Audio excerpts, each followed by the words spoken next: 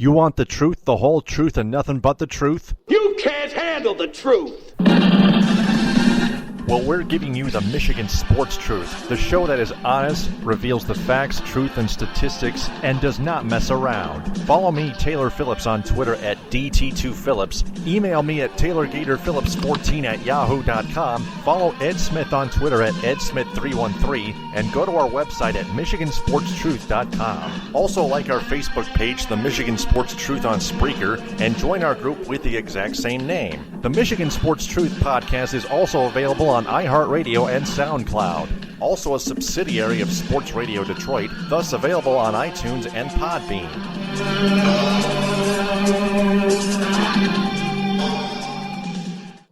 The views expressed by the host of this podcast are not opinion-based or for entertainment purposes. They are actually facts and truth, no matter if other people like it or not. It is the Michigan Sports Truth, and nothing can ever stop it from being correct.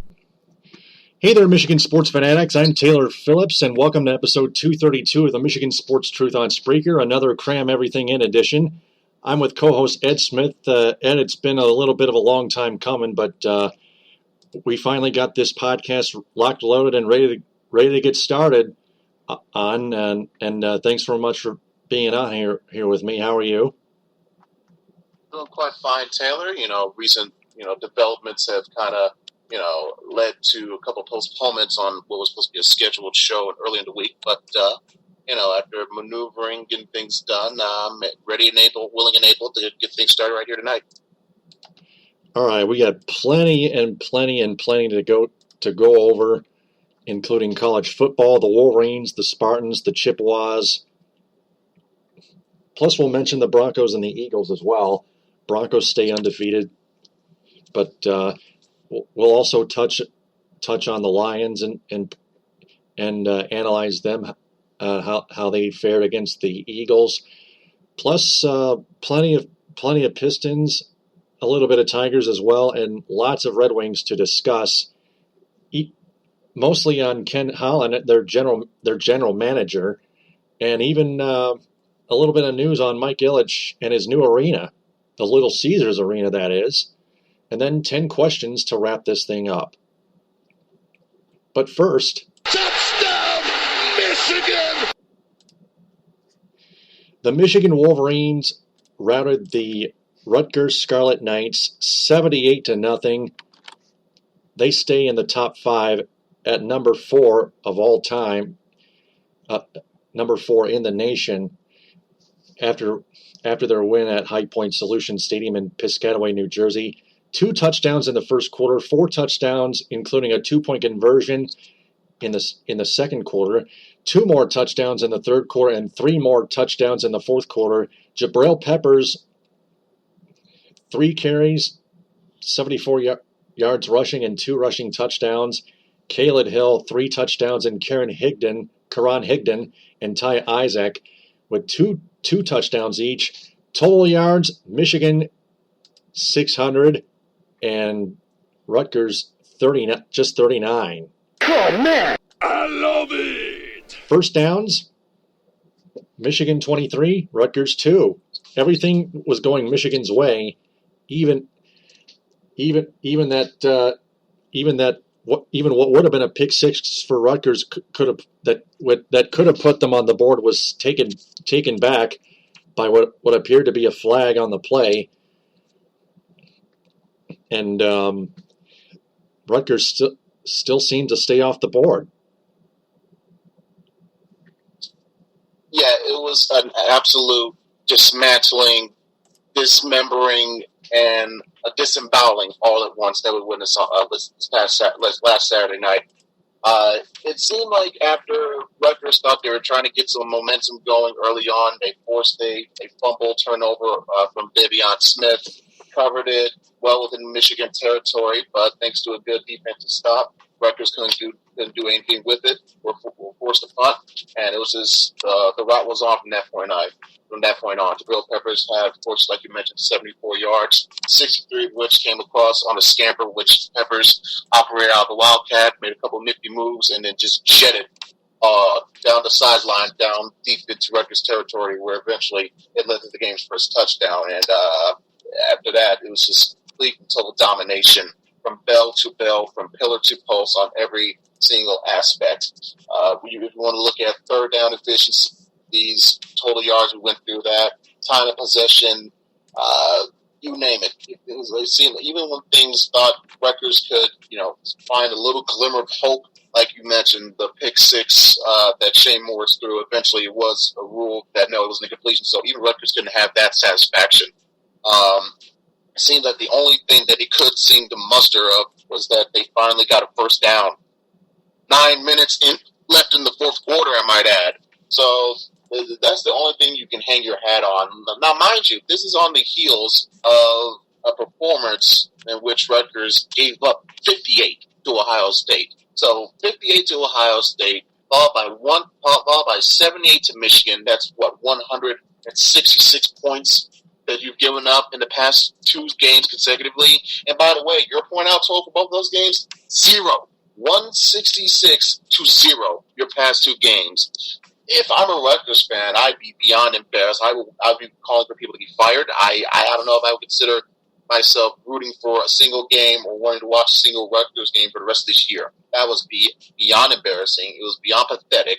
It was abysmal, disgusting, and disrespectful. But, sometimes I hate the bag on them, but they kind of brought themselves because Chris Ash wanting to, cause a little bit of a foobar, get under Harbaugh's skin, mentioning either bringing up the 2014 win again over the Wolverines, which, come on, let's be honest, Brady Hoke was the coach. Who, by the way, he's now the current defensive coordinator of Oregon, who on that same night gave up 70 points in a loss to Washington. So that alone should tell you about what kind of coach-style team the Rutgers were facing on that night.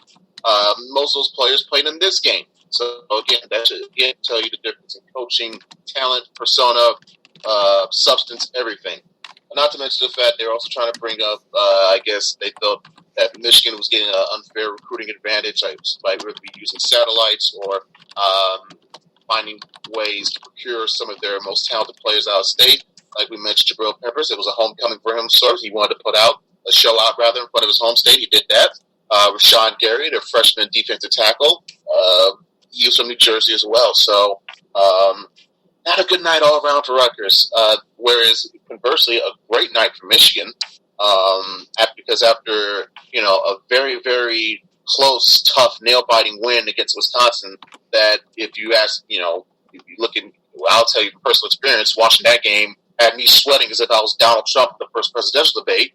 Conversely, a chance to sit back, relax, eat grapes, drink wine, whatever you need to do, because you had absolutely nothing to worry about. It's almost watching sadist porn on a certain level, watching that game.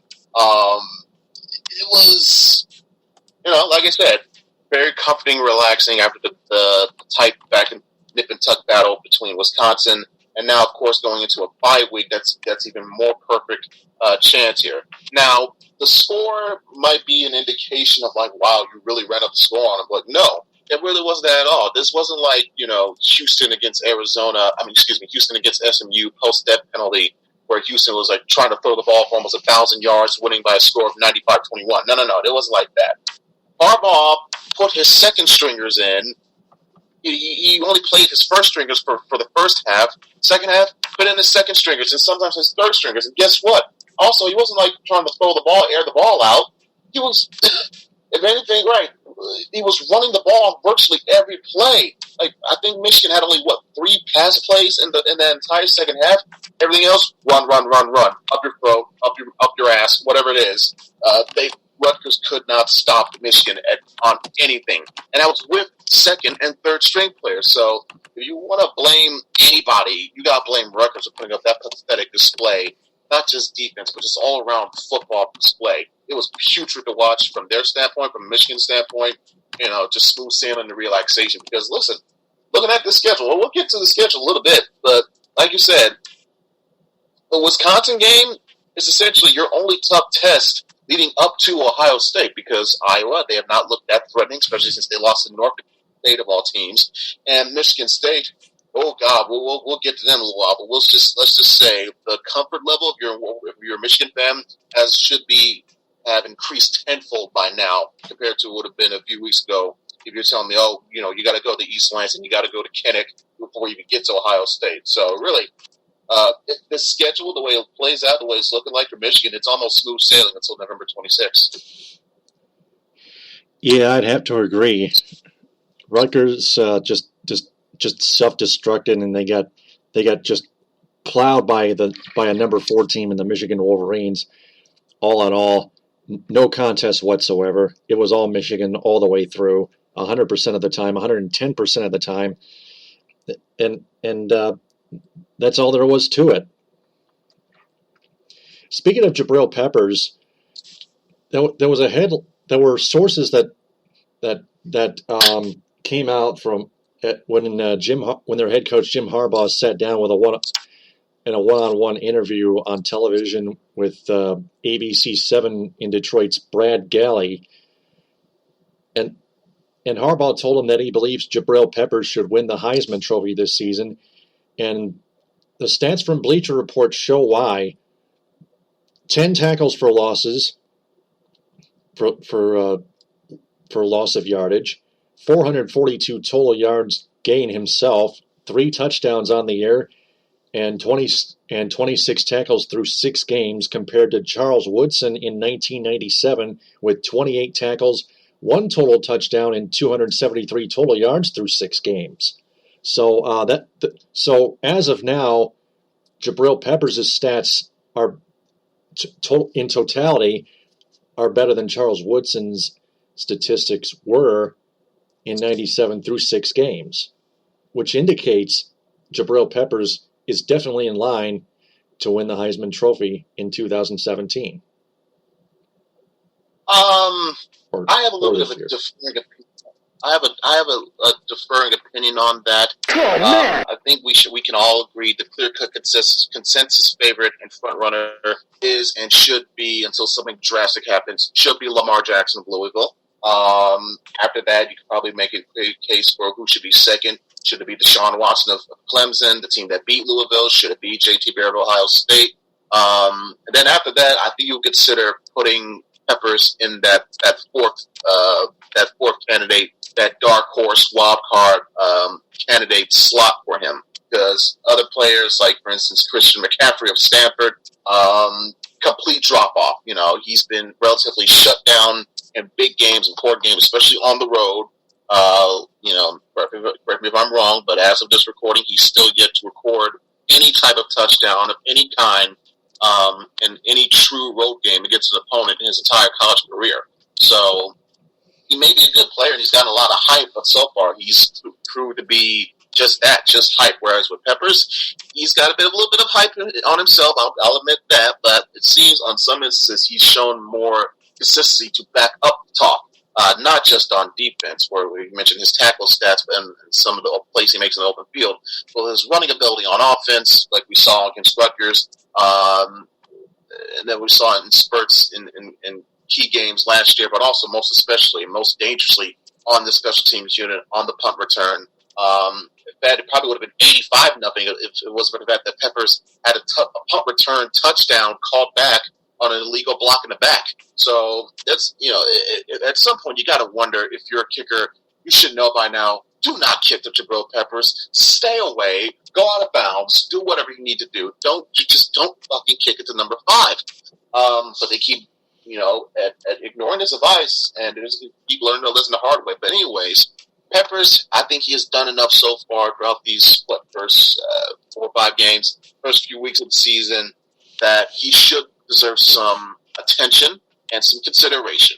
Now, when you compare it to the likes of Jackson and Watson and even J.T. Barrett to a degree, he's not quite at that level yet. What Peppers would need to do, he needs to have not just a signature Heisman moment, i.e. Doug Flutie's Hail Mary, or Johnny Manziel, the Sandlot play he had against Alabama, for instance, or, for Michigan's examples, Desmond Howard and Charles Woodson sealing it with clutch performances against Ohio State.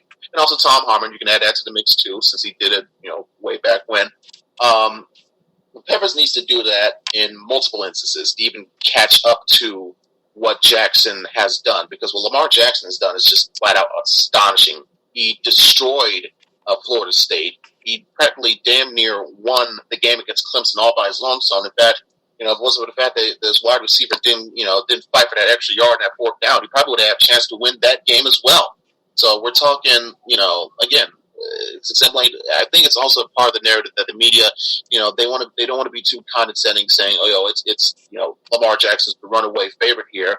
They want to have some different perspective, different possible alternate choices. So the fact that you have a kid in Peppers who is very versatile in all facets of the game, offense, defense, special teams, and he has the brand effect because what he is playing for Michigan, playing for Jim Harbaugh.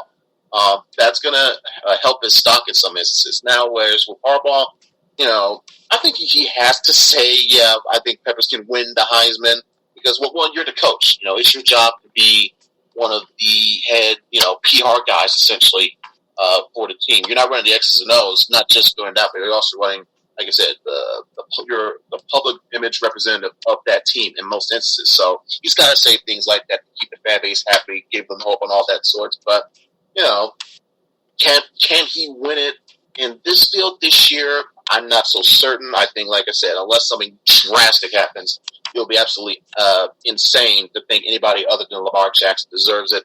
Maybe you could reckon to Deshaun Watson because his team could end up undefeated in Clemson, whereas Jackson's team a little bit did not. But still, I would still vote. If you ask me if I had to vote, I would vote for Lamar Jackson. Now, as next year could be a very interesting thing because unless Peppers were to say declare for the draft early, I could see him coming back for one more year play, and whereas he's essentially, in all intents and purposes, the star of that defense because most of their secondary would have been already gone. They're seniors. That includes Jordan Lewis, Channing Stribling, Jeremy Clark. We don't know, even though he's been lost in injury. Harbaugh is trying to get him a 6-year eligibility, so Peppers going to have some help on that defense. But for all intents and purposes, if he decides to come back next year, Peppers will be that star, that highlight that everybody's going to be having their eyes and ears on for that defense for most intents and purposes the whole team. So if he were to repeat this kind of thing, but even only slightly better next year, where the field won't be as deep as it is right now for the Heisman race, I think he would have a much better shot of winning it next year than he would this year. All right. Well, you might have jumped the gun on this one because that was going to be one of our 10 questions for this podcast, but that's okay. Spoiler warning. Yep. Spoiler alert. Yep. So Michigan has the bye week this upcoming Saturday, so we won't have to worry about the Illinois game on homecoming, which is next week Saturday at 3:30 on BTN. The rest of the remaining schedule looks like this. On the 29th, they're in East Lansing against the Spartans. On November 5th, they're back home against the Maryland Terrapins. On November 12th, they're at Iowa against the Hawkeyes at 8 on ABC. On November 19th, home against Indiana Hoosiers, who upset the Spartans, and then a bit earlier in the season. And then the finale, the game in Columbus on the 26th against the Ohio State Buckeyes. So we cleared all the Michigan stuff out of the way. Now it's time to talk Michigan State. Touchdown, MSU! The Spartans, well, wouldn't you know it, they lost again at home to the BYU Cougars 31-14 at Spartan Stadium in East Lansing. Oh, man! Damn it!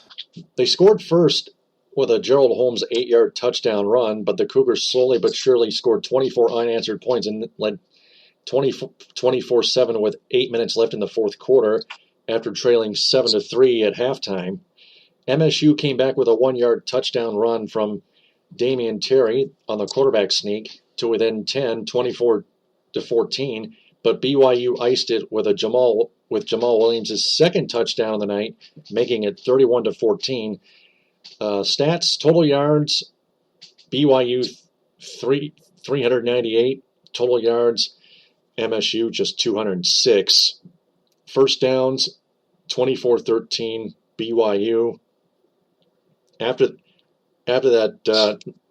that not so ugly first half, BYU just dominated in the second half in most categories, if not all. And the Spartans' offense still remains at pop gun mode heading into next week when they host the Northwestern Wildcats on homecoming. But we want to analyze the game before we go to the state of state here. So Ed, what were your thoughts? My thoughts were this has quickly become a more of a disastrous train wreck than any of us could have ever possibly imagined. I think coming in this year, you would have thought, okay, listen, they're going to lose. Listen, they lost Connor Cook. They lost some defensive guys, Shlee Calhoun, for example. They won't be as good as some of D'Antonio's teams that we've seen in the past. But surely, we weren't expecting this. This is a team we thought, okay, maybe they could get 8 or 9 wins, depending on the Michigan game goes. And they'll find themselves in a nice postseason ball, all that. Now, we're looking at a team here where at this point in the season, 5 games in, I don't know if they can even get to a bowl game, period. Because you still got Michigan coming up. You still got Ohio State coming up. It's quite, it's not very optimistic, to say the least. Quarterback issues, that's more than an understatement. Play calling issues, that's definitely with not just your offensive coordinator, who probably should be fired at the end of this year, but also I think in some instances we got to hold some accountability here. Goes to your head coach, goes to Mark D'Antonio. He's the one that put O'Connor out there all those weeks. I think he has to know by now the writing is on the wall. I don't think Tyler Connor should be starter again. Now, most of these instances for this has not been O'Connor's fault. He's not the sole person to blame for how the team as a whole has been performing, but he did play a good portion of it. Did play a good part of it. You would have thought, hey, maybe he had a coming out party against Notre Dame, but as we've seen how Notre Dame has looked in subsequent weeks, especially with their defense, that's not necessarily a good indication for how O'Connor did. And of course, that got reinforced mightily by the Wisconsin game, and then it was even more shocking here in this one. It got so bad to the point where D'Antonio had to bench O'Connor finally in the fourth quarter, brought in Damian Terry, and you think, okay, he's moving around, slinging some passes, giving fans some sort of semblance of hope for what they haven't seen in practically a month now. And then, very next play, as the crowd was chanting his name, he throws an interception. And, that was just one of many, many, many backbreakers that day, which perfectly, in a way, oddly enough, probably sums up this season. Because they can't seem to know who the hell their quarterback is. They can't get a grip on the quarterback position at all. Now they can't seem to run the ball, which was a very known sample and trait of D'Antonio teams, that and a great defense, great physical defense. Have a defense, have a pounding running game, you don't have to worry about your quarterback. But now, because you don't even have a running game to speak of to even mask your very known inefficiencies at quarterback, it makes you very much more weak as a team as well. Now, granted, I will say some things have not gone in their favor. One of those would be, again, not having Riley Bulla out there on defense, but still, there's got to be a way that their team can perform themselves, keep them in better games such as this. I mean, for goodness sakes, this isn't like some middle of the road Pac-12 team. It's a BYU team that lost to West Virginia, lost to a very mediocre UCLA team, and just managed to beat a Toledo team 55-53 the week before. So you mean to tell me a BYU team that gave up 55 points to Toledo can come up here and the best you can drop on them is 14? Toledo is is in the MAC conference, okay? And you're coming into a Power 5 school in their house, and yet that team can only drop 14 points on you? There's something clearly wrong with that picture. Has to be wrong, and it shows, because I think this is a team. Now, granted, at this point they may be putting all their eggs in the basket for Michigan. But even still, I'm gonna tell you that right now. I know it's a little bit early to get into this, far too early. But I'm just gonna say this: I'm counting down the days to October 29th. I will readily admit to you that I am extremely giddy over the prospects and the chances of what I'm seeing right now for this game. I'm not trying to get too overconfident. I know it's hit me in the ass before, i.e. last year. But the way this Wolverine defense is, and the way Michigan State's offense has been, and you factor in so many other key elements and intangibles and X factors, I really don't like Michigan State's chances as of this moment going into the Michigan game, even though it's at home, even though they, you could say they've owned the state, they've owned the rivalry for the past several years, but for this particular year, this particular game, and against between these two particular teams, does not look good. I'll just give you an early forecast. If Michigan State can keep this within 3 scores, they should consider that a victory. I will say that, and that'll be the earliest that you'll get out of me so far for my Michigan State preview before we get to the week of that game. Yeah, I believe so. They're gonna play on homecoming against the Northwestern Wildcats, as I mentioned. The Wildcats are 2-3 overall, as well as the Spartans are, but the Wildcats are 1-1 in the Big Ten. The Spartans are 0-2. That game kicks off at 3:30 tomorrow, later today at 3:30 on BTN. Clayton Thorson is Northwestern's quarterback. He's 92 for 169 passing attempts for 1,120 passing yards, 8 touchdowns, and 4 interceptions.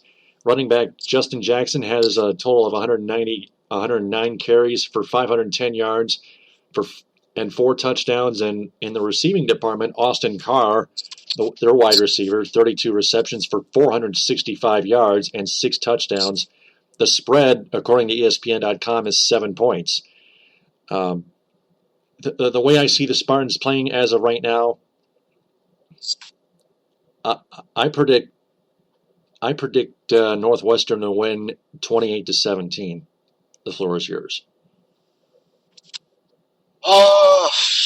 It's this game really. The spread says MSU -7, but in all realities, this should be a pick'em or even a slight favorite towards Northwestern. To be honest, I think call me foolhardy, call me too optimistic, call me a sucker or whatever. But even though I just explained to you a couple minutes ago that Michigan State seems to be putting all their eggs in the basket for Michigan in a couple weeks,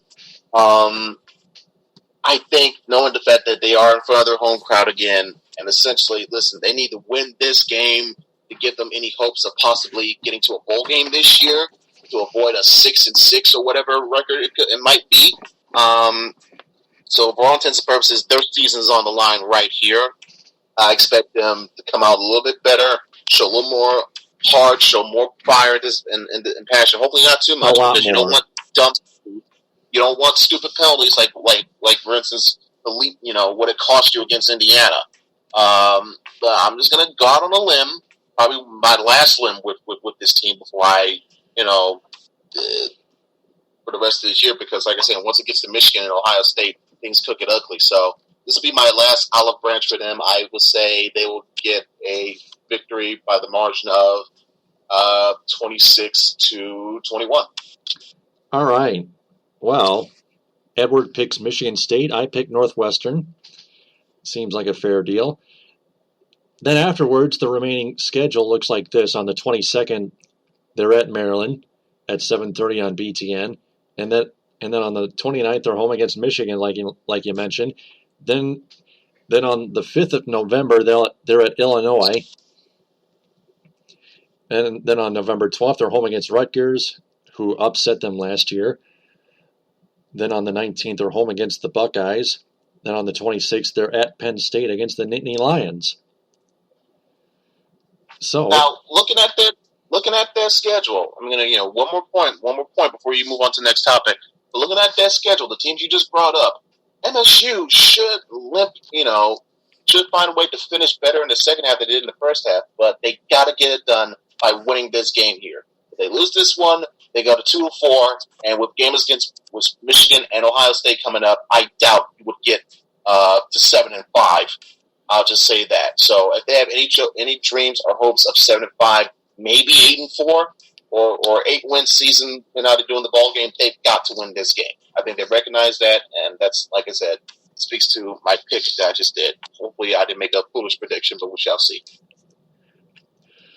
All right, well, now it's time to move on to my Central Michigan Chippewas. Touchdown, Central Michigan!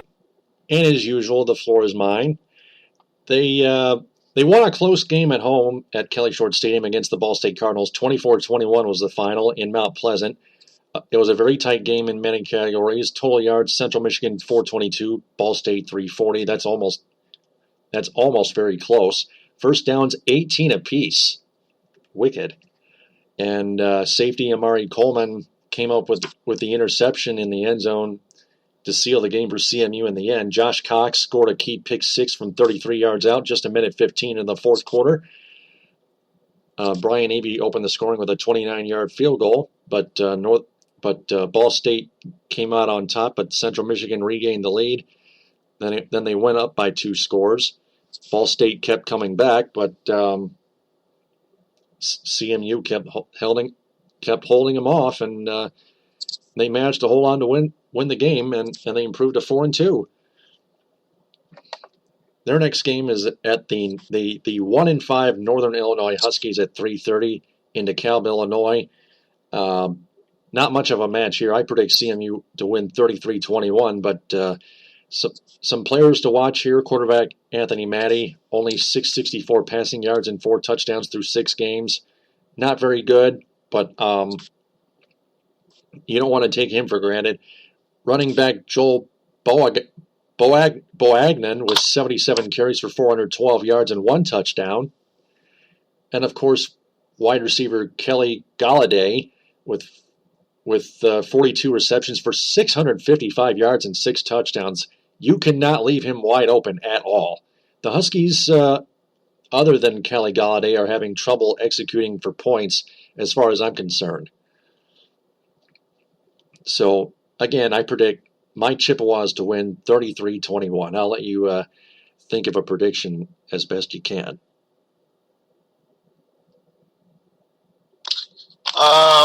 The win against Ball State helped, because it seemed this was a season on the verge of started out as a dream, could turn into a disaster. So I think they'll use this momentum to keep them going, because they got a big game next week against Toledo, on the road in Ohio, in the Rockets' den, essentially. So I say they get this one, they get the win, and it sets themselves up nicely for a good interconference showdown. So we'll go 31-20 for is my score prediction. All right. Also, the Western Michigan Broncos beat those Huskies 45-30 at Waldo Stadium in Kalamazoo. The Huskies did manage to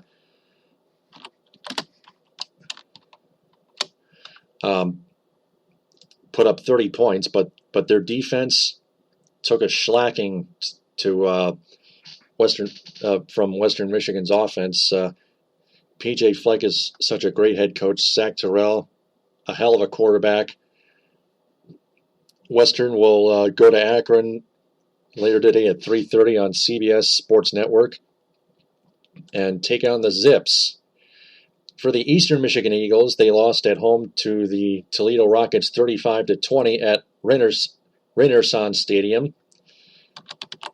They will play the Ohio Bobcats in Athens, Ohio. The Bobcats are 4-2 and 2-0 in the MAC. That game kicks off later today at 2 p.m. on Saturday. So, with that being said, it's time to switch from college to the pros. Touchdown, Detroit Lions! Well, the Lions jumped out to a 21-3 lead early and led 21-10 at halftime. Theo Riddick scored 2 touchdowns before he injured his ankle. He'll be out next game. but we'll get to the injury report momentarily. But the Eagles surrendered. The Lions surrendered 20 unanswered Eagle points before Matt Prater kicked in a 29-yard field goal to win it with 1:28 left in the fourth quarter, and quarterback Darius Slay forced a key loss fumble and caught the game-sealing interception, forcing 2 turnovers total, mind you, and that is how he earned the NFC Defensive Player of the Week. Statistics: Matthew Stafford, 19 for 25 for 180 yards and 3 touchdown passes. Theo Riddick, again, like I mentioned, 2 touchdown receptions, 11 carries for 49 yards on the running game. On the ground, Marvin Jones, the other touchdown reception on 4 catches for 37 yards, and Anquan Bolden, 4 receptions for 43 yards. The Lions committed only 2 penalties for just 18 yards, while the Eagles committed 14 yards for 111. But Ed, from our perspective in this game, it seemed like the Lions were going to self-destruct again, like they almost did against the Indianapolis Colts in Week 1 in Indianapolis. They almost blew it again in Week 5 at Ford Field.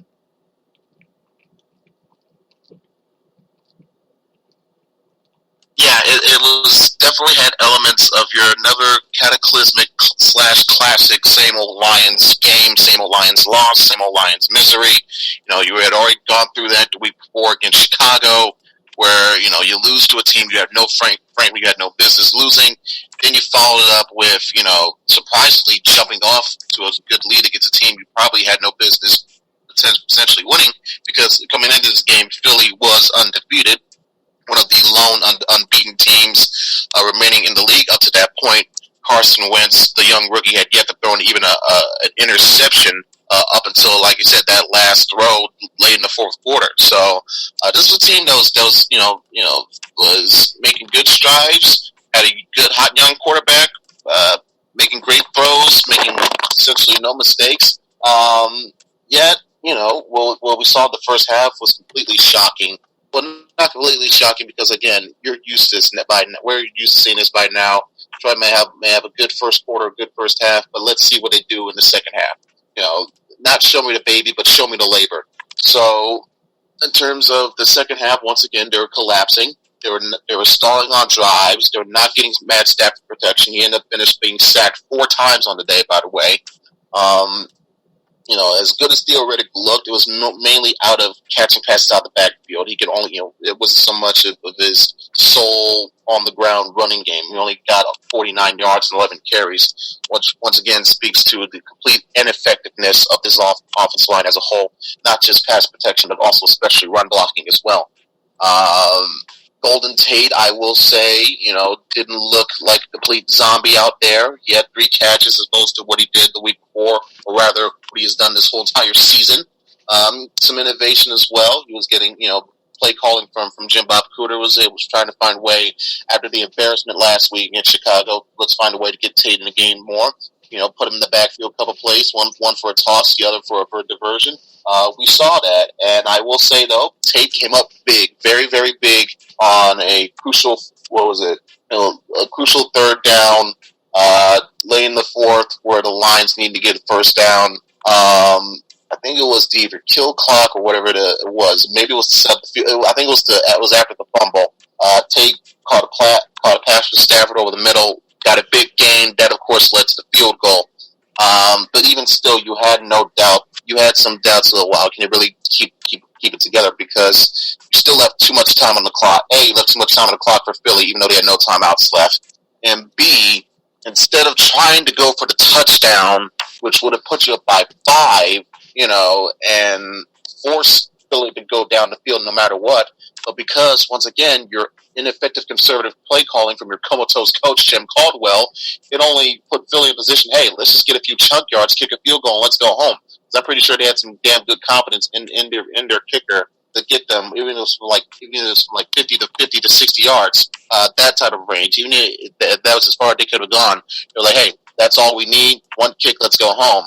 So luckily, though, thank goodness Darius Slay.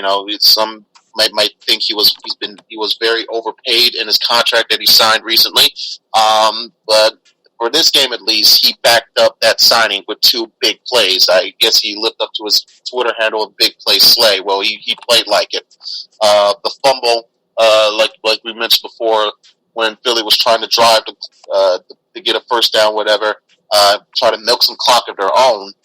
Then Slay forced the fumble, which again forced Jim Caldwell to, for once in his coaching tenure here, show some damn emotion.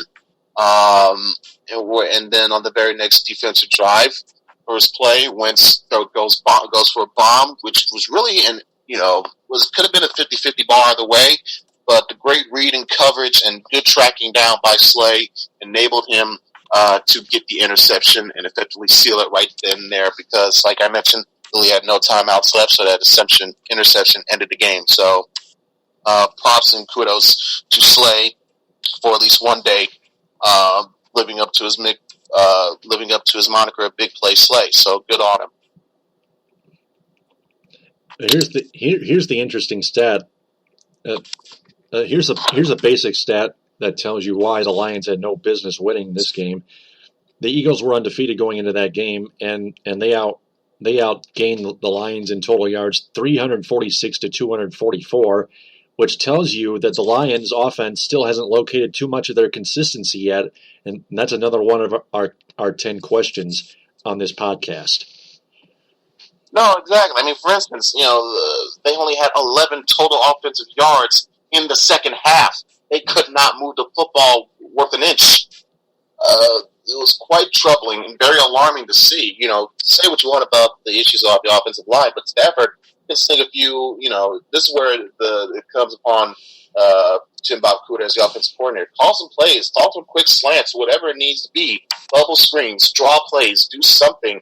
Whether it be that doesn't require Stafford to stay in that pocket for too long, because his offensive line, A, can't block, and B, can't protect. So, that thing, that was more so an indictment on how Jim Bob Cooter did on that day in terms of doing enough proper play calls and tricks and disguises, find ways to advance the ball down the field. Now, granted, Philly did finally play good defense, but still, it's not just all total coincidence. You're essentially lighting it up in the first half, yet in the second half you go cold. That's called one team making an adjustment and the other team flat out being complacent and in a sense of a word, being lazy. And once again, it almost cost them the game. Well, that's going to lead into their next game, which their next opponent is the Los Angeles Rams. They come into town Sunday at 1 on Fox. The Redskins next week before finally going back on the road. The Rams are 3-2 overall and 2-1 on the road, but their offense is less consistent than the Lions' offense. Todd Gurley is still a player to watch, though. He's got 105 carries for 288 yards and 3 touchdowns, which shows it to you. Case Keenum, 88 out of 152, 88 completions out of 152 passes for 1,096 yards, 4 touchdown passes, and 5 interception passes, compared to Matthew Stafford's 123 out of 181 for 1,378 yards, 10 touchdowns and 4 interceptions.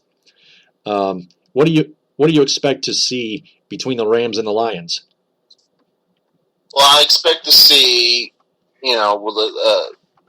I guess we can bring in the fact of the injury report here. I expect to see slightly better defensive line for one, because Ziggy Ansah will finally be back. This will be the first game he's played in about a month or so since injuring his ankle on the second or third play against Tennessee. So now, granted, he may be a little bit rusty since it'll be his first play of real-time action in a month, but still, just his presence on there should improve and help out defensive line that struggled to gain consistent pressure on the quarterback. Seems like the only one that has shown any kind of consistency on that line has been Kerry Hyder. I think he's got about 4 to 5 sacks so far early on the year, maybe even 6 at my last count. So that's one aspect that could help him. Another thing that could help him is We don't know exactly the extent of the health of how healthy the Rams' defense will look. But let's be honest, that's what their defense that carried them to winning 3 of the first 4 was their defense. But now for this game, they're going to be without their best corner, Tremaine Johnson. He's out. 3 of their starting 4 defensive linemen are listed as questionable. That's including Robert Quinn. Now, granted, you still have Aaron Donald, who, by the way, the line should have taken instead of Eric Ebron, but I digress. So you still have Aaron Donald, but still that's one player and now you're throwing a bunch of second-string guys on a defensive line. Now, who knows? It could be a wash because, like I said, the Lions' offensive line is still putrid. So even with that banged-up line, they may still get at least 2 sacks out of Stafford, if not 3. So a lot of tangible variables here where you're comparing injuries on lines, 2 your starting offensive linemen, Tomlinson and Warford, their list is questionable, so you wonder what the hell's going to happen there. It seems neck and neck, but on the surface, because it's at home, because you're against a defense that might be hurt, again, and a team that seems to be pretty anemic offensive-wise, you seem to have the better quarterback in Stafford, amongst other things. They should lean towards a win, but we just got to wait to see. I'm not too fully confident in that because, A, I want to see him lose as much as possible because I want to see Jim Caldwell fired. But, B, I doubt it's possible that they're going to have a bad performance because this is the benefits of having a 3 straight game homestand looks like because you got this, you got Washington next week. This could be essentially a chance to put the season back on course to maybe a possible playoff spot. Who knows? It's still yet to be seen or determined. I think they have no business being near or around the playoff picture in any way, shape, or form this year, but we shall find out. So it comes down to which team can capitalize off of the other team's injuries and mainly who can establish better with their running game because Todd Gurley, can Todd Gurley be a factor or can the Lions run it with their inept attempts at a running game? Can they finally put something together for once for a game, knowing that most likely St. Louis will be starting without 3 of their 4 defensive linemen? Yeah, like you mentioned, Theo Riddick also out with the ankle injury. Eric Ebron out as well with either a bad ankle or a bad knee. Ziggy Ansah questionable with an ankle. Haloti Ngata expected to miss 2 to 3 weeks with an injured shoulder from the Eagles game. A roster move that they made, they signed veteran running back Justin Forsett from the Baltimore Ravens, and they signed linebacker Steve Longa to the practice squad, and they released linebacker Xavier Gooden. Steve Longa at some point during the season could see at least a little bit of playing time down the road, but let's not worry about that right now. Prediction. Yeah. I was going to possibly because of the continuing mystery that is the injury status of DeAndre Levy. I don't know if he's ever going to play a game this year, if ever again. I agree. Same case for Amir Abdullah, who's likely out for the season. Still no word on whether he's officially out for the season or not. More than likely he is, because like I said, if you're a running back and you tear a ligament in your foot, I'm no neurologist, but even I know you don't want to tempt fate here. None of us, not everyone can be like Adrian Pearson, where apparently he's made of a part adamantium. He can recover in like 5 weeks. Something that should take him 10 weeks, but this is a young player who has a lot of potential. You don't want to risk that yet, so I get putting him on the IR. And I get potentially holding them out for the rest of the year. That's why, you really, that and also, of course, the injury to Riddick forced them to make this signing of Forsett. But, somebody tells me they're going to have to get another running back for depth anyway because of the injury to Abdullah.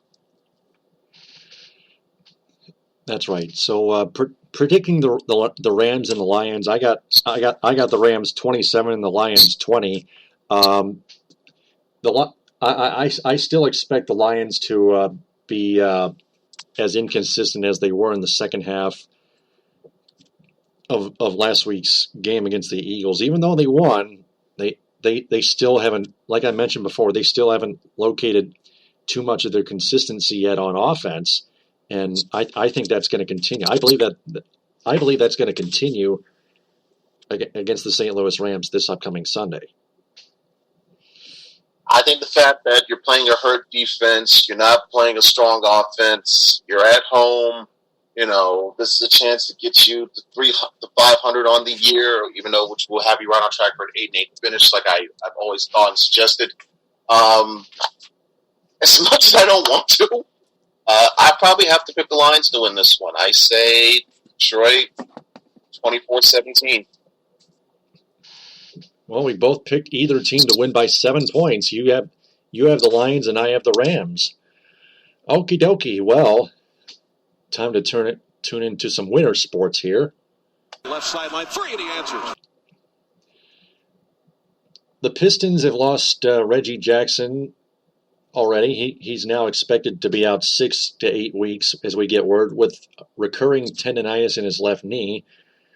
So ESPN NBA Rumor Central reports that there's only one spot remaining on in the regular season roster for 2 backup point guards, Lorenzo Brown and Ray McCallum. Which another one of our 10 questions for tonight for this podcast. Which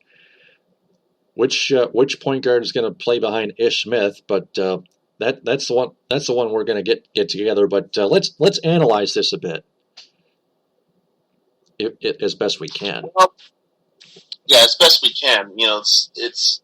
I will say though, this was something that they did not want to start off the season with. An injury period, especially an injury to one of your starting 5. Well, guys, let's face it, you're going to be depending on to help you carry this team for a good portion of this season, along with guys like Drummond and Harris and so on and so forth.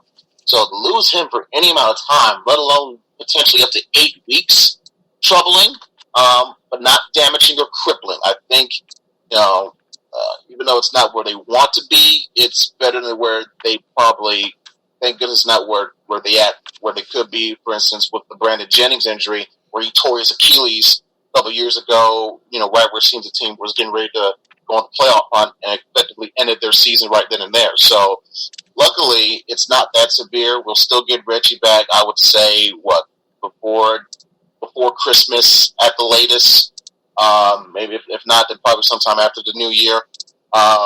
So he'll still get a chance to get some type of playing time in before All-Star break, and then he'll be able to fully come into his own, come into his groove with the second half of the season.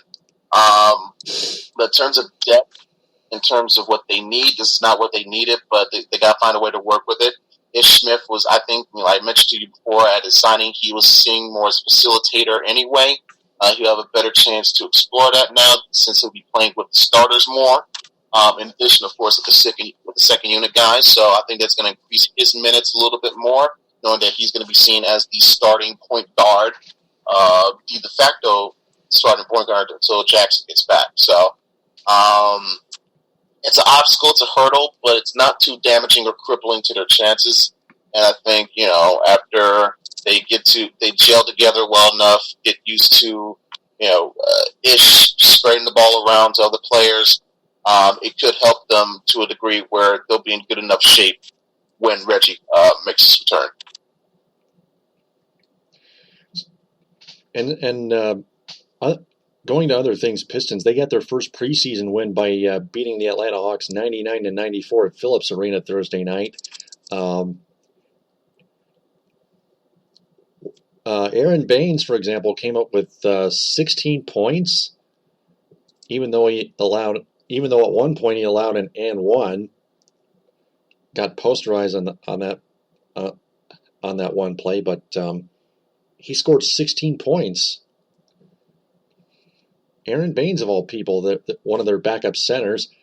Baines got more playing time because Andre Drummond was apparently a healthy scratch because he wanted to rest.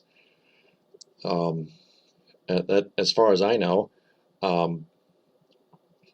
Pistons' next preseason game is in Wachovia Center with the Philadelphia 76ers. That is later tonight at 7 p.m. On a Saturday night. One brief note here, assistant coach Tim Hardaway Sr.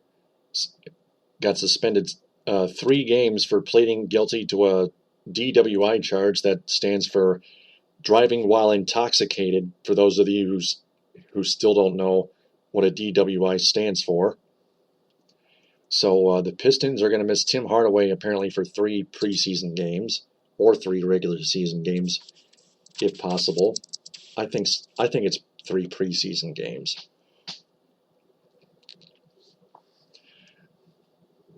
So, any last words before we move on to Tigers here? I will say, in addition to Baines having a very good game in that game against Atlanta, Ish Smith had a good showcase as well. He had 18 points, 4-6 from the free throw line. Led in scoring. 8 assists as well. So it was very good indication of, hey, things probably won't be so bad after all, even though we're without Reggie. So that's a good example of how if things go the right way with players hitting their shots, like you saw with Ish with 8 assists, things can still go not quite as smooth, but still smooth enough with Reggie Jackson out with injury. I love it. I definitely agree. So we're going to take a little quick break from winter sports and talk a little bit of Tigers here. That one is long gone. The news broke out earlier this week that Tigers hitting coach Wally Joyner informed the club that he will not return for the 2017 regular season, whereas the rest of the coaching staff returns. Now, I may not have read the entire article of that breaking news, but I assume Wally Joyner quit. So, without Wally Joyner, I think the Tigers' offense would be better off. And like we mentioned, we wanted Wally Joyner fired, and for some reason he left the team, which is good news. Yeah, I mean, this was, I think, in a move that in some ways you think there had to have been some type of carryover where not everyone of the coaching staff, regardless of Oscars or not everybody's going to be completely back, because this is a team for the second year in a row, due in large part to ineffective hitting at clutch and key moments, missed out on the playoffs yet again. So this one is a move I'm not surprised for. In fact, I'm quite happy it happened. I just only wish it was more than one person. I wish, of course, it would be the idiot manager. But hey, you got to take your lemons and make them to lemonade in this instance. So this is a move. This was that move that shouldn't come across. Like I said, not too much of a surprise. We'll see how it affects the team going forward. Who they have to replace him. What will be different under this hitting coach than would have been previously under Wally. So. And then before that under Lloyd. So I'm quite interested to see how it goes. Obviously with your guys like your Cabreras and your JDs and your Kinslers, you don't need to teach them too much. But for the other guys, the Castellanoses, the Stephen Moyas, I hate to say it, the Romines and Tyrell Collinses and the Micah Belises of the sort, they need more help than what's letting on here. So it's up to the coach for that aspect, to help them out. With tendencies, how to protect the plate on certain pitch counts, try not to go for the home run ball on every single damn swing, even though I know this is a team that's really primarily built to hit the home run ball, but still, when your plan A isn't working on most days, and trust me, on a 162 game season, most days your plan A isn't going to work. You need a B, C, and sometimes a D to go after that. So I hope this hitting coach, whoever they bring along, this one, he can do much better what we've seen previously. And those are the advanced aspects of Major League Baseball. And like you pointed out, don't go for the home run ball on every single swing. On specific pitch counts, try to protect the strike zone. For example, 3-0. Or 2-1, which it always depends. But all in all, at least one member of the coaching staff is gone, it's better than none. Bye-bye, Wally Joyner. Yep. Now we got to dissect another Lynn Henning article here. He headlines the Tigers were looking for younger and less expensive players. Ah, shut up, you idiot. What? Oh. Are you out of your mind? He compared Andrew Romine to Ramon Santiago when Jim Leyland managed the Tigers with Santiago on their team, and said Romine under Osmus was a safe option even in center field. You're crazy! You're crazy! You're crazy! Are you crazy? Believed Tyler Collins has left-handed power and suggested left-handed power. Are you out of your mind? And that alone is left. Yeah. And suggested for them to replace Jared Saltalamacchia with former Tigers catcher Alex Avila. Ah, shut up, you idiot. What? Oh. Either him or John Hicks, who was released from the Minnesota Twins. He had a .301 batting average and an 842 OPS in 70 games in Toledo.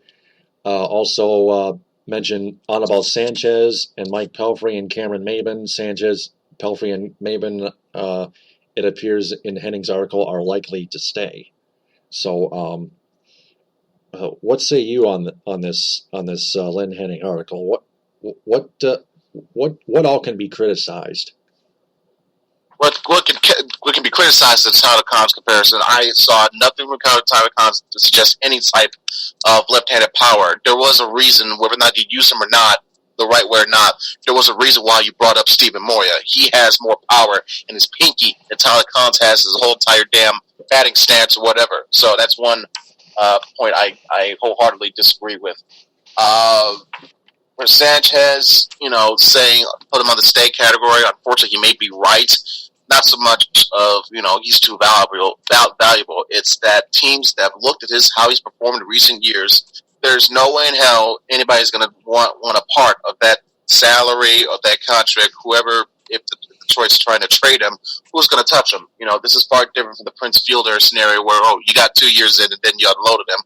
This is a several year now, 3-4 years now under Sanchez. Yeah, he has his good days, but more often than not, as of late, he's had his bad days. And for the money that we've paid him for, it's highly, it's an unfortunate task, but I doubt you're going to trade him, let alone unless you're just going to eat the money and then release him anyway. So I see them keeping him just for that reason, where nobody else is going to take him. So hell, let's just do this so it won't be too much of a deadhead against our cap. I wouldn't mind bringing back Maben. I think he was when healthy, one of our most dependable, productive guys offensively. You saw how well he hit behind Kinsler, to set up Cabrera and JD and whatnot. So I wouldn't mind bringing him back for another year or two. Saltalamacchia, his contract's up. Bye-bye. Bringing back Alex Avila, I'm not sure. I think there's only a reason. I don't think so, man. We're not bringing Alex Avila back at any point soon. Period. And another reason, and I think that's the reason why Al Avila had Alex released released Alex in the first place, is because you don't want to accuse the general manager of playing favorites or pulling the nepotism card. Oh, you're just got the job because your dad's the general manager. So for those reasons, among others, I just don't see that happening. I don't see Alex being brought back. Yeah, those are just unnecessary reasons, unnecessary excuses for Alex Avila coming back, and I don't think these excuses are going to be used anytime soon. Those days are over. Time to move on. Ship has sailed. It's time to move on to 2017. Now, there's only one team left to cover in Michigan sports, and that's the Red Wings. The dysfunctional Red Wings, I may add.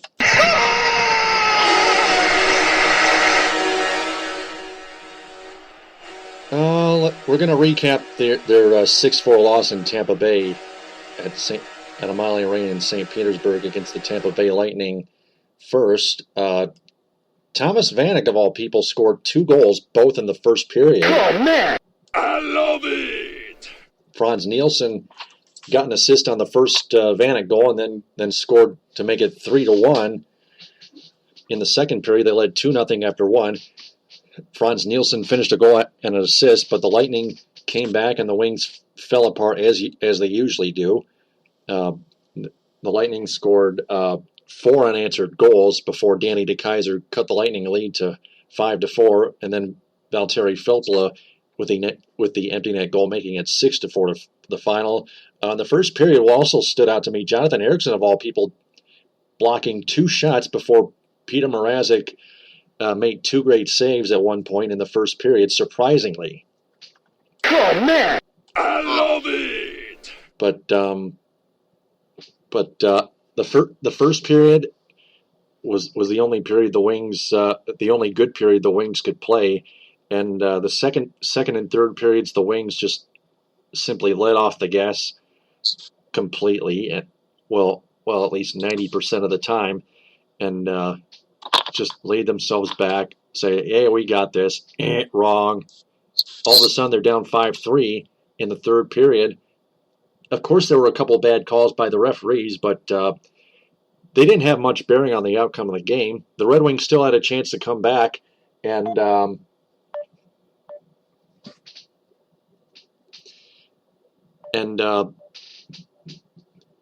they just choked it at the end.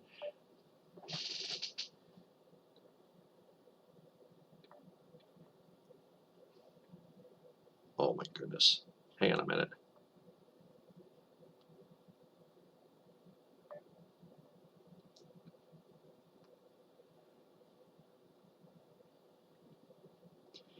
Yeah, I lost Ed here.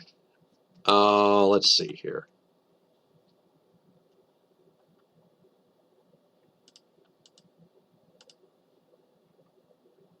I'm still online here. But let me go ahead and mention.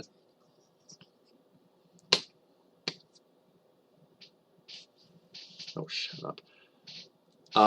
The Red Wings, before they opened their season at Amalie Arena in St. Petersburg, have waived Martin Frk, a youngster, and Teemu Pulkkinen, one of their older prospects. Martin Frk was claimed by the Carolina Hurricanes, and Teemu Pulkkinen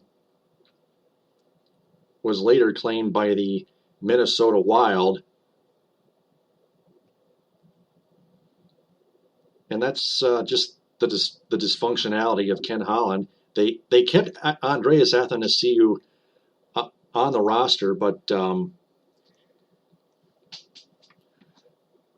and they also kept defenseman Ryan Sproul on the roster, but the Red Wings gave both Athanasiou and Sproul each a healthy scratch, and they sent Anthony Mantha down to the Grand Rapids Griffins.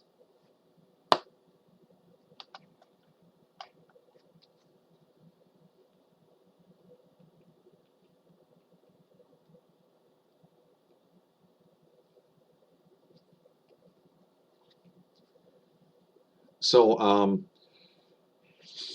that's going to lead to some articles that headline the Red Wings fans' displeasure of Ken Holland. One of them being from Pro Hockey Talk on NBCSports.com. Headlining "The fans aren't happy with Ken Holland."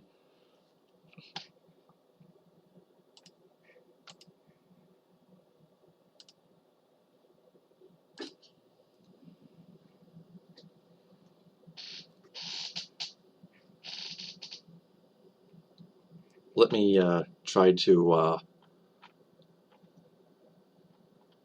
search this here.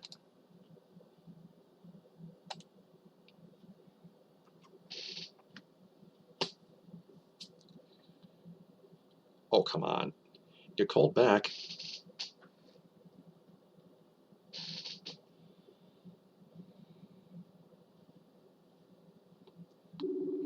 Getting Ed Smith back here. We apologize for the technical difficulties here.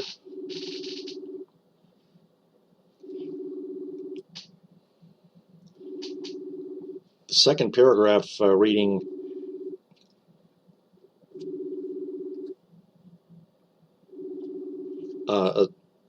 those reading that the mistakes seem like unforced errors.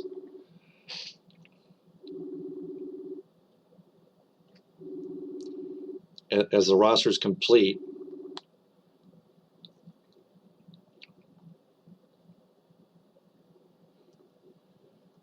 the Red Wings lost 2 intriguing talents to waiver claims as the Wild beat the crap out of you. Son of a... Oh, God. Call back again, Ed. All right, here we go. Welcome back, Ed. Had a little technical difficulties. Yeah, I think that was most of my end. My internet was acting real fuzzy for the past couple of minutes. That's my bad on my end. If you want me to give me some quick analysis on the Wings, I can still give you that for you before we get to 10 questions. Yeah, we still got to dissect those articles that we were going to look forward to.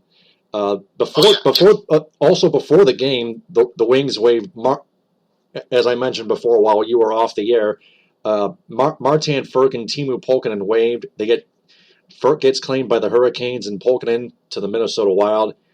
Athanasiou and Sproul still on the roster, but they were each given a healthy scratch. Anthony Mantha sent down to Grand Rapids.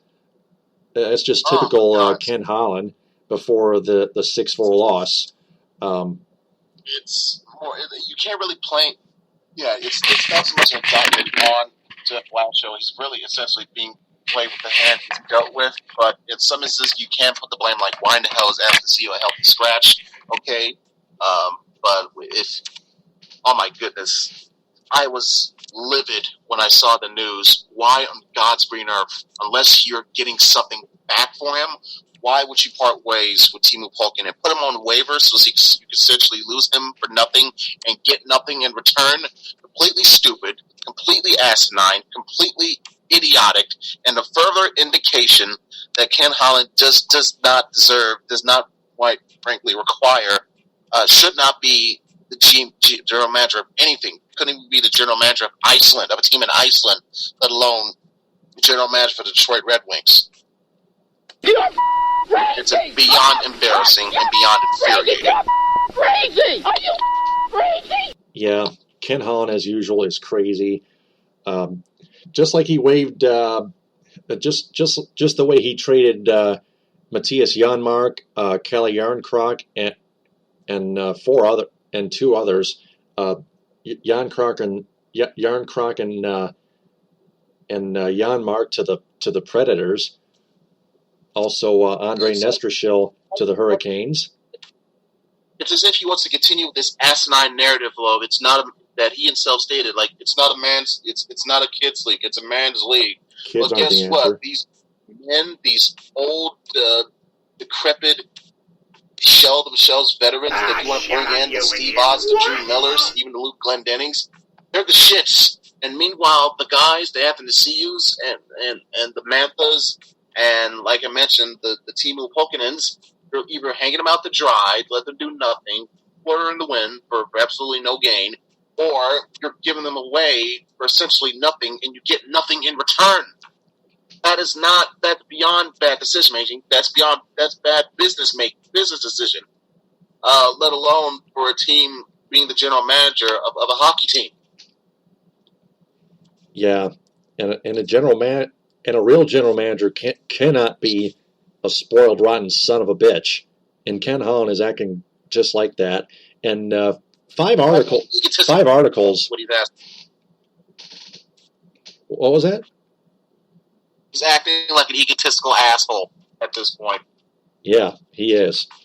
And 5 articles that we found out that are against Ken Holland. Winging In Motown, headlining Ken Holland deserves our patience. Prashant Iyer of Winging In Motown, Ken Holland and ELC Asset Management, creating rather than exploiting market inefficiencies, gives you the exact numbers. Pro Hockey Talk on NBCSports.com, headlining "Fans Aren't Happy with Ken Holland." Jeff Moss of the Detroit Sports Rag, you can follow him on Twitter at JeffMossDSR. The Red Wings' Inconvenient Truth tells the fans exactly what happened, what Ken Holland did. And John Nio of the Detroit News, the Red Wings need Jeff Blashill to find his voice, telling fans that Blashill is the head coach, but veteran players such as Henrik Zetterberg and Nicholas Kronwall are getting into his head and putting him under their power, which may not have much to do with Ken Holland, but this. But still, it shows what a complete dysfunctional fucking mess this whole team and this whole franchise and organization is right now. From all facets. Yeah. I don't care what anybody says. You want to talk about, Ken Holland deserves our patience. Fuck that, okay? Ken Holland deserves competence. He deserves to be thrown under a bus the way he's been handling this team for the past few years, okay? Forget about, I want to be in contention for another cup. Listen, I got 4 cups that I've seen in my lifetime. I think I'm good and full of Stanley Cups. I want to see competitive, decent-looking hockey that doesn't look like projectile vomit on most nights, and when it does look decent or competent, it just barely gets in the first round only to get ass-raped by the Tampa Bay Lightning. I don't want to see that. This is a team and a franchise that's built itself up over the past 25 years to be essentially the gold standard what American hockey franchises in the NHL want to be. And so far, you're seeing it come true, but guess what? You're getting passed up by a guy that you yourself thought, didn't want to step aside for your own stupid-ass ego so that he could have been the GM. You could have taken, basically, fallen up with your promotion, be president, let him handle the duties of general manager, and of course you know what I'm talking about. I'm talking about Steve Yzerman. We're seeing what he's doing now in Tampa, bringing back guys that are essential to his past 2 playoff teams, both of which were into the Eastern Conference Finals, one of which got to the Stanley Cup Final. Kucherov, among others, Kucherov, Killorn, Vasilevsky. What Yzerman's been able to do, not only has he signed those guys back, he's signing them back at a lesser note than what most teams in the NHL would pay for, which is astounding. So that alone should tell you the kind of week and off season that Steve Yzerman has had in Tampa as compared to what Ken Holland has done for the last several seasons in Detroit. I mentioned it to you, I kind of figured, I sent some retweets. I even had a brief Twitter interaction with Moss today saying, you know what, fuck it, let's go all hands on deck. You saw how the push, the drive, the lengths that Michigan went to get Jim Harbaugh and bring him back home. Let's say we can't do the thing for Steve Yzerman, but I will readily admit there's only one and possibly the only thing that will keep Stevie Y from coming back, aside from the fact that he's got himself set up way better in Tampa than it would be back here, and it would be the fact of Chris Ilitch.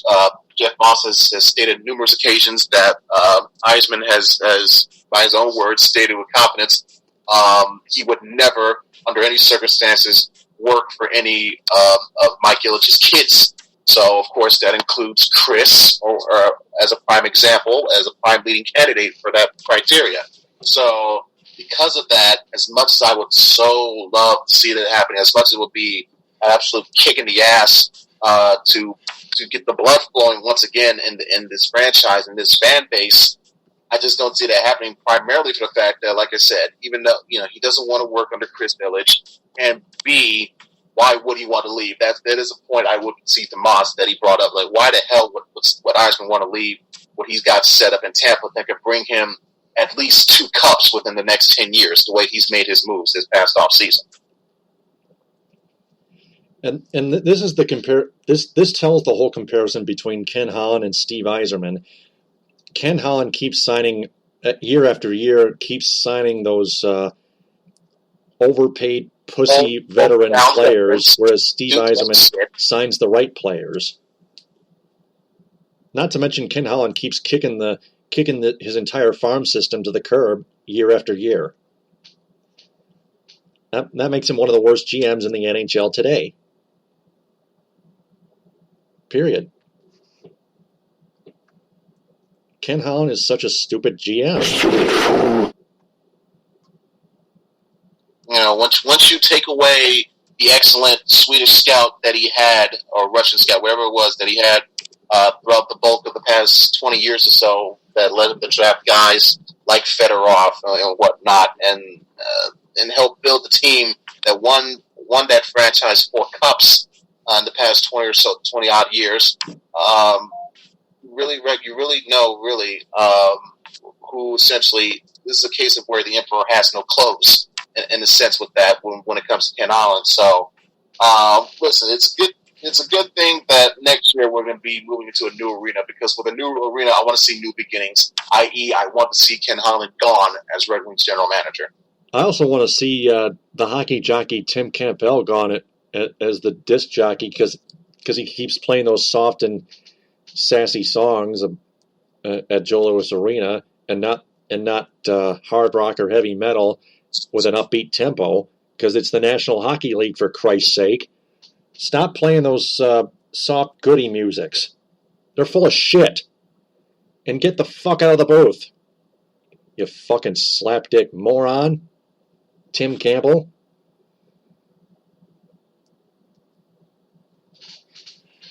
And delete your Twitter account at the Hockey Jockey, please. You're embarrassing yourself right now. You've been the DJ for years, but we don't care. This you're making Joe Louis Arena sound like an old cafe restaurant that has been there since like 1950 or some shit. That's also what Jeff Moss wants. That's also who Jeff Moss wants gone. Now, before we get to 10 questions, there's one article left that we need to break down, which is even bigger than Ken Holland, than the issues with Ken Holland. According to Motor City Muckraker, owner Mike Ilitch, as headline, violated the Red Wings' new Little Caesars Arena and its contract over a failure to hire enough Detroit workers. Contractors were fined around $500,000 each, because see, the goal was to hire 51% of Detroit workers to help with the new arena, and city officials said only 40% of them were Detroiters, and another paragraph scrolling down here, there's no word on whether Olympia Entertainment will be whether or not Olympia Entertainment will be punished or penalized. That's the last of our 10 questions that we'll ask shortly thereafter. But this whole debacle spells trouble for the new arena and the Red Wings' future. It's probably like a good microcosm of how there's a shouldering level of disorganization and disorientation, which makes things look very complicated on the surface and completely absolute tailspin internally as well.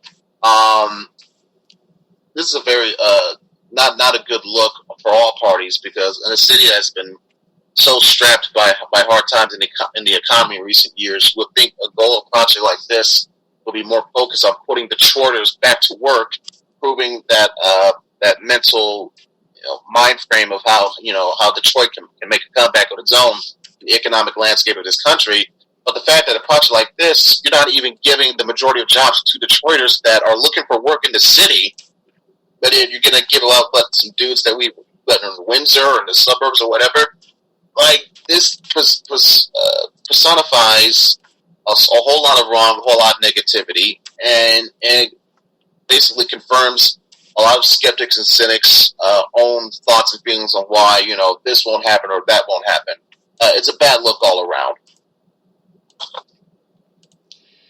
Yeah, and we'll know in due time whether or not the new Little Caesars Arena will be completed as scheduled to be completed. But again, this could spell trouble. You never know. Well, I think we've covered everything, and you know what that leads us to, don't you? Absolutely, sir. So if you would mind, please go ahead and let him rip. 10 questions coming up. It's time for the 10 questions segment on the Michigan Sports Truth on Spreaker. Question number 1. Does Jabril Peppers deserve to win the Heisman Trophy as of right now? Well, I gave away the answer as a spoiler early on for those that might not have been listening, but basically I say no. Mainly, first and foremost, the field that he's going against. J.T. Barrett, Deshaun Watson, and, of course, Lamar Jackson as the leading prime candidate and examples. Also, the more so the fact that Peppers hasn't quite done enough to put him in that discussion. He hasn't had enough signature moments or signature games. Now, you could still have a chance to turn that around as, like I mentioned before, got Michigan State, got Iowa primetime at night, got Ohio State at the end of the year, and potentially a Big Ten title game. But I think that'll be after the Heisman vote, but whatever. It's still a chance for him to turn around and score big because he's got, the block him and Harbaugh and all that behind him that could give him some good attention. But at the end of the day, between what I think he might be the best he's able to get done for this year alone, at least, and a combination of the field that he's going up against, no, I don't think Jabril Peppers will win the Heisman. Now, things could change, but at the moment, I would say, like you said, at the moment, I would say no. Next question. Question number 2. Without route win at Rutgers last week, are the Michigan Wolverines a convincing threat to win the rest of the Big Ten and in the college football playoff picture? They got the defense to get in that position. I will say that. The only question seems to be how can their quarterback do as the year goes on? Wilton Speight. Wilton Speight, and also, can they remain undefeated in 2 essential big games potentially at Ohio State on the road in Columbus, and then presuming you even beat them the week after that, you guys still got to win the Big Ten title game. Oh, by the way, you could be playing Wisconsin, a pissed off, motivated Wisconsin team in a rematch. So that's still a lot of hurdles for them to climb. But hey, they're in the right spot where they want. They're at that number 4 spot. They win enough games, they'll be in the Final Four without question. But it's still ways to go. But I'm content and fine with the spot that they're at right now. Next question. Question number 3. Could the Michigan State Spartans be looking at a losing season going down the road? Very. Like I said before, this is a game against Northwestern. They have to win. If they lose, you're staring at 6 losses, 6-6 right in the mirror. You got Michigan and Ohio State coming up. We could be seeing potential bloodletting in both of those games. So it's highly imperative that unless Michigan State beats Northwestern, yes, very well, you could be looking at a losing season because even with the Michigan and Ohio State games on your schedule, if you lose to teams like BYU and Indiana, who's to say you can't lose to a team like a Maryland, for example, and especially like for this game against the Northwestern. So if they fumble this, and if things go I expect it to go against Michigan, Ohio State, you really got to pull your head out of your ass and do a solid job against Penn State. Otherwise, you're looking at 7 losses. 5-7 to close out the year. Next question. Question number 4. Here's an interesting one. Can the Western Michigan Broncos finish their season undefeated overall? And if they do, where do they end up from there? No, because I think they'll lose to one of these MAC teams. But even if they were, the fact that they're not in a Power 5 conference, they won't get that far. They'll probably be, it'll be and akin to seeing what a Boise might have done in a non-AQ situation or any of that sort or that nature. If they keep winning, I could see them finishing at best within the top, just within earshot, the top 15. But that's at best. But no disrespect to them. I like their coach. I like their phrase, row the boat. But I don't see them having. I think eventually I see them coming back to earth. Next question. No offense to Megan Gifford, the daughter of co-owners Leanne Gifford and James Gifford of Cadillac Little Caesars, which I'm going to later today at 10 a.m. Megan Gifford goes to Western Michigan University, by the way. She's one of my local friends. Sometimes I see her in person, but she goes there, lives on campus as of right now. Question number 5, shout out to Megan, by the way. How can the Lions offense find the rest of their consistency on offense? Well, you might have to abandon the run. You might have to abandon the run first and foremost because you're getting jack shit done to begin with. Now you're without Theo Riddick. You already lost Amir Abdullah presumably for the year, so you got to abandon the run. You got to do more plays out the backfield, more screens, more quick draws, short passes and slants. And with your offensive line the way it is, you can't expect Stafford to drop back and do a 5-7 drop back, 20 times a game. Otherwise, he's going to get murdered. There's only so many times where Stafford, with his mobility, that he can move around, avoid hits, and try to get out of harm's way. Because eventually, they will catch up, they will add up, and it's going to look bad. So, do the game plan that Green Bay had against you a few weeks ago. Snap it, see it, throw it. It shouldn't be too complicated. Shouldn't be too challenging. It's just a simple process. Know your read, know your route, know where the hell you're going, i.e. no miscommunication, Golden Tate, and complete the pass. And no drops, for the love of God. So I think that's pretty much the offensive standpoint that they're going to have to develop. Now, granted, they may be able to run the ball a little bit better against a team that might be missing 3/4 of its defensive line, but still, I still wouldn't trust it because this team has shown throughout all year that they're inept at any sort of typical milk down the clock, pound the ball running game. Next question. Question number 6. Can veteran running back Justin Forsett fill in Amir Abdullah's shoes for the rest of the season?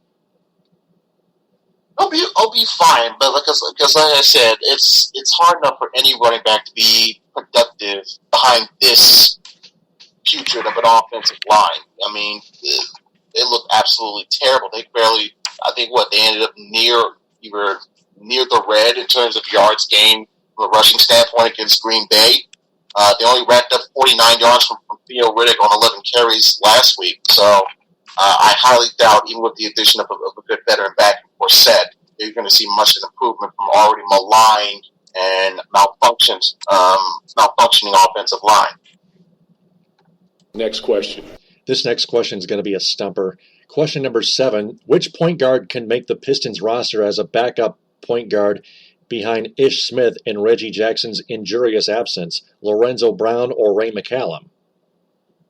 Well, this may be due to the dreaded sample size metric or whatever, but I would say that due to what I see from one aspect, which is better 3-point shooting and a slightly better assist portion, I could see Ray McCallum be as that the de facto number 2, but eventually when Reggie Jackson comes back, the third string point guard, if you want to call it that, the third, the number 3 point guard on the team. Like I mentioned before, he has an advantage over one key aspect over Brown. That would be the 3-point shooting department. Granted, it's a very, very, very small sample size. That's why I advise people to tread lightly if they want to use that as an example to back up McCallum in their argument. But I'm putting my neck on the line by saying it here. So that would be one aspect that would help McCallum's case, and that's why I'm thinking it's going to be Ray. Next question. Question number 8. Can the Tigers offense do better without their former hitting coach, Wally Joyner? It's hard to see because I don't see them changing from the mindset of being, go for the long ball, depending on the home run team, to a simple sample of, mixing our hits, and use effective small ball. I just don't see that happening. Now, what can happen, though, is if they could get the right guy in there who knows, who can teach the players that are not the Cabreras or the J.D. Martinez's or the Justin Uptons or the Ian Kinslers to know what to do in crucial counts, 2-strike counts, hitters counts where hey, I got a guy on deck, like whether it be Miggy or J.D. or Ian to an extent. How can I get on base for them to bring me home? That's what I look for in in terms of can they improve on that. So if they can find a way to make an improvement on that, then I'll be more than satisfied, even if they remain live by the long ball, die by the long ball type of team. Next question. Question number 9. Are all the roster moves that the Red Wings made before opening night in St. Petersburg going to prove costly for the entire NHL season? It already did, in my view, from a standpoint of why in the world would you let one of your young stars walk away or get claimed by another team and you don't get a damn thing in return. You know, if you're going to give away a guy like Pulkkinen, give me something in return. We couldn't even get that done, so that alone tells you how it's going to fuck up your farm system, if you want to call it that, not just for this year, but for the next couple of years to come. Hey, if it means it'll lead to the end of this damn ridiculous and completely decrepit playoff streak, I'm all for it. Yeah, hashtag end the playoff streak or hashtag free Athanasiou and Mantha. Those are my 2 options for a movement here. Next question. And finally, question number 10. Should Olympia Entertainment be penalized or punished in some way for the failure of hiring enough Detroit workers? And how does this affect the Red Wings' movement to play at the new Little Caesars Arena next year? There should be some form of blowback because, like I said, this is all under the Illiches wanted to build a new arena. So there should be some I guess falling action where they catch some of the shrapnel of this. This is being constructed. This is used to construct their arena that they want. So they should have had some intel, I'm sure, as to how with the workers and the percentage rate of what those workers are going into this. As to how it affects with the arena. So what? You know, they're still going to get it done. They're still going to open it. You know, we're already put the freaking roof on it. So people are still going to go out there on the opening night. So in terms of long-term effect, this will be a fart in a church compared to that. You know, this will be seen as a fart in the church by the time we get to opening night of the new arena. Yeah, I'd have to agree. See, keep in mind, this is the last season ever for the Red Wings at Joe Louis Arena, and if the new Little Caesars Arena still isn't complete afterwards, they could very well move to like a very small hockey rink somewhere around in the Detroit area. They'll be fine. They'll get it done. It's a very non-issue compared to the long term of getting the arena done. It's the only issue that we have here, and rightfully so, is why in the fuck do you not have enough Detroit workers for an arena being built in the heart of downtown Detroit? That's the only issue that should be worth of note here. They're going to have enough workers no matter what to get this done anyway. So. Yeah, because on the positive side, 40% of Detroit workers being hired is very close to 51% if you look at it this way. Not close enough. That's where they need to make an improvement on that. I highly agree with that. Whoever has a complaint with this, I agree with on that. That should not be. That's too low, though, compared to what the goal that you want, essentially. If it was 45, 46, maybe 48 tops, I would say, okay, not too bad. 40%. That double-digit deficit in that, unacceptable. You gotta do much better, way better than that. Yeah, I was hoping at least 60%. So, with 10 questions out of the way, for all the listeners and fans out there, if you want to answer those questions, just replay the episode and answer them in the comment bank below this episode. That wraps up episode 232 of the Michigan Sports Truth Cramming edition on Spreaker. Cram Everything in edition on Spreaker, that is. Ed, thanks again so much for your help. I'll talk to you again on episode 233, the weekend that was, on Tuesday, when we recap the weekend that was and go back to 5 questions. Looking forward to it, Taylor. I'll see you then. All right. So, before we sign off, I want to remind everyone to share this episode and our entire podcast on social media. Have their friends share that as well, and follow me on Spreaker as Taylor Phillips online at Spreaker.com because I want to tell them that the Michigan Sports Truth podcast here on Spreaker is in search of local advertising sponsors. If anyone has a business that's interested in sponsoring this program, please email me at taylorgatorphillips14@yahoo.com or privately message me on Facebook or Twitter. You can also follow Sports Radio Detroit on Twitter at Sports Radio Det and like their Facebook page and join their Facebook group. Also find their podcasts available on iTunes and Podbean. For Ed Smith, I'm Taylor Phillips. If there's anything you fans want more of or less of on our podcast, please let us know. Follow us on Twitter at DT2Phillips and Ed Smith 313. Also like our Facebook page, The Michigan Sports Truth on Spreaker, and join our Facebook group. TTFN, ta-ta for now. Bon appetit.